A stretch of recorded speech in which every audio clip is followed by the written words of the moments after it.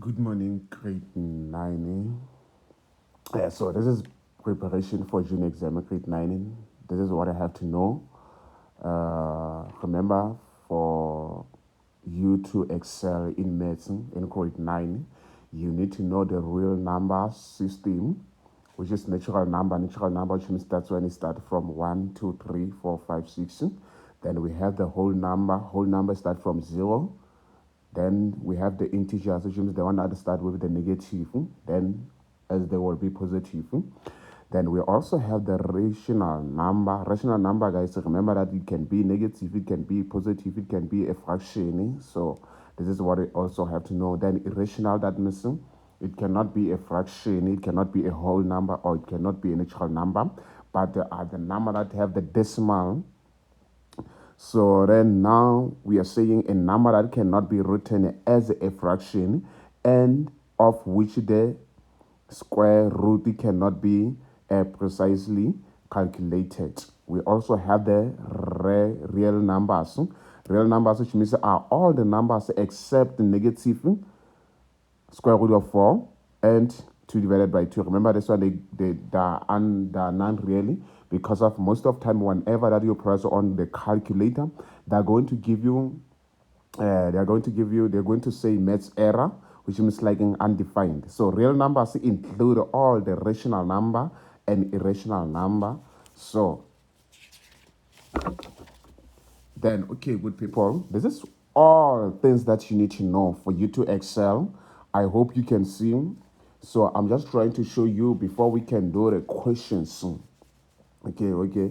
And we also have the multiples and also maybe the lowest and highest common factor. Remember, you also need to know the ratio, rate, and proportion and proportions. So guys, we can see in ratio, meaning we compare of two quantities with the same units, but this one, the rate, we compare also of what two units with the different using division. Different units and using what division, kilometer per hour, something like that, as we are calculating the distance. So this is what you must make sure that you master. Then for preparation, guys, we have direct, which means like the more they increase, meaning indirect, which means like indirect, guys. If the one it is increasing, therefore the other one will decreasing. So it is very important to know the difference. So we also have the distance, speed, and rate, speed, time. So remember, it is very important whenever you're doing this topic, make sure that you know the units. Make sure that you understand the units for distance, the unit for speed, the unit for time. For financial maths, we have the two things. We have simple interest or compound interest. So simple interest, it's either you're going to use this formula or you're going to use this one. But what about compound? Compound, sometimes they can say inflation. Inflation is the same as compound. You must know that they have the same formula. We also have the formula for monthly payment. Monthly payment, whereby you get the total, the final amount. From there you divide by the time of month plus what insurance. So this is all things that you need to know as well as you're about to write exam grade 9. Then, okay, but so remember also, like, it's very important to know the science. It's very important to know the science and also to know the order of operation, because most of grade 9, you know that they will be asking you about writing the question, maybe like example. Maybe they are saying without using the calculator. So without using the calculator, you have to know the bot mass. Without using the calculator, you have to know the bot mass. Guys, the other thing that is very important, exponential equations. No exponential equations, meaning like how to solve x while you are given exponential equations. Remember, number one, you have to make sure that you get the same base.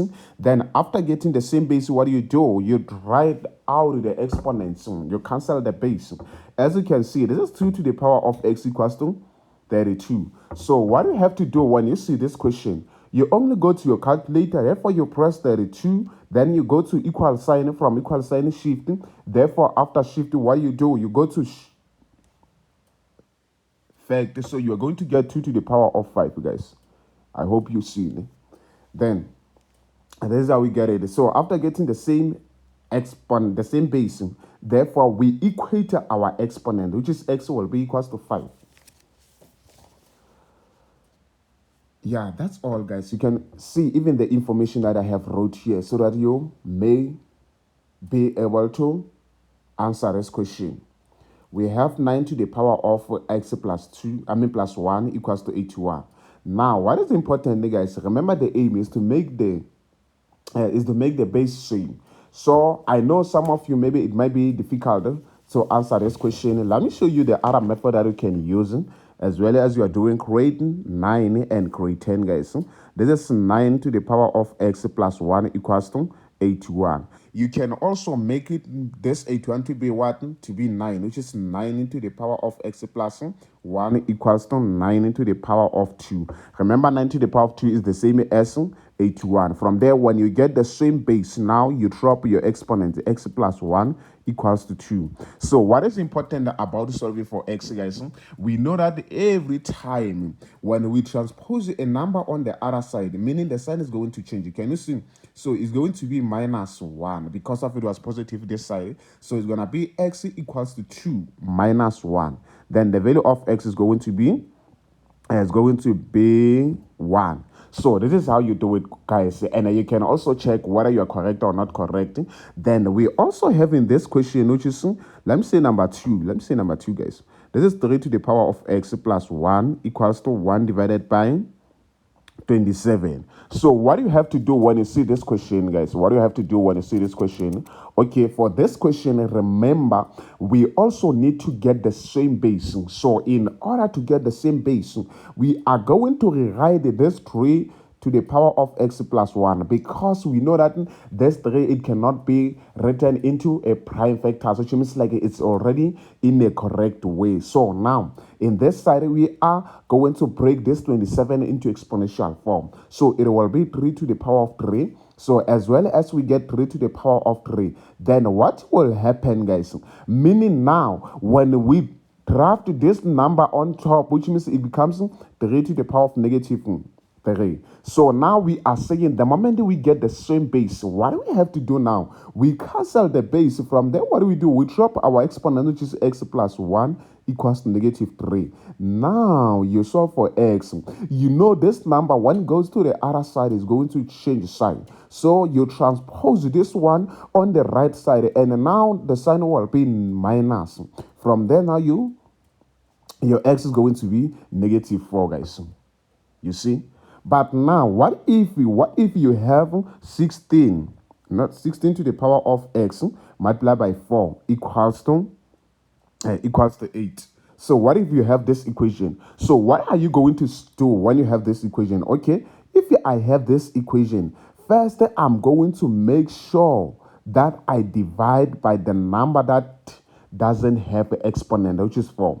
I divide by 4 both sides, so that this side I can be left with 16 to the power of x, but this side it's only 2. Then now it is important to do what? To make the same, to make sure that we get the same base, or to derive it to the same base. So what do we do now? We're just gonna say 2 to the power of 4, then x, and this one we can only include the invisible one that is not there. So which is now is gonna be 2 to the power of 4x equals to 2 to the power of 1. So the moment that we get the same base, what we do now, we drop our exponent, we cancel the base. Is gonna be 4x equals to 1. So Elena, remember that you're solving for x.